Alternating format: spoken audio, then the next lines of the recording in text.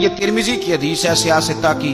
نبی پاک نے فرمایا جس نے 3 مرتبہ اعوذ باللہ پڑھی اور ایک بار سورہ حشر کی آخری 3 آیتیں پڑھی، ایک دفعہ صبح پڑھے ایک دفعہ شام پڑھے، نبی کریم علیہ السلام فرماتے ہیں اگر صبح پڑھے گا تو 70,000 فرشتے شام تک، اور اگر شام کو پڑھے گا تو 70,000 فرشتے صبح تک پڑھنے والے بندے کی مغفرت کی دعا مانگتے رہیں گے.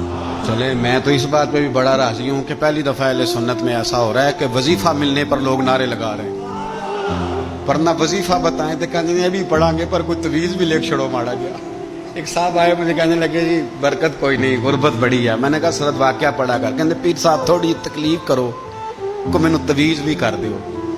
میں نے اسے کہا خدا کے بندے میں تویز دوں گا پتہ نہیں کام بنے گا نہیں بنے گا، سورۃ واقعہ پڑھ. یہ وہ تویز ہے جو مدینے والے رسول نے عطا فرمایا ہے کہ سورۃ واقعہ پڑھو تمہیں کبھی فاقہ نہیں آئے گا.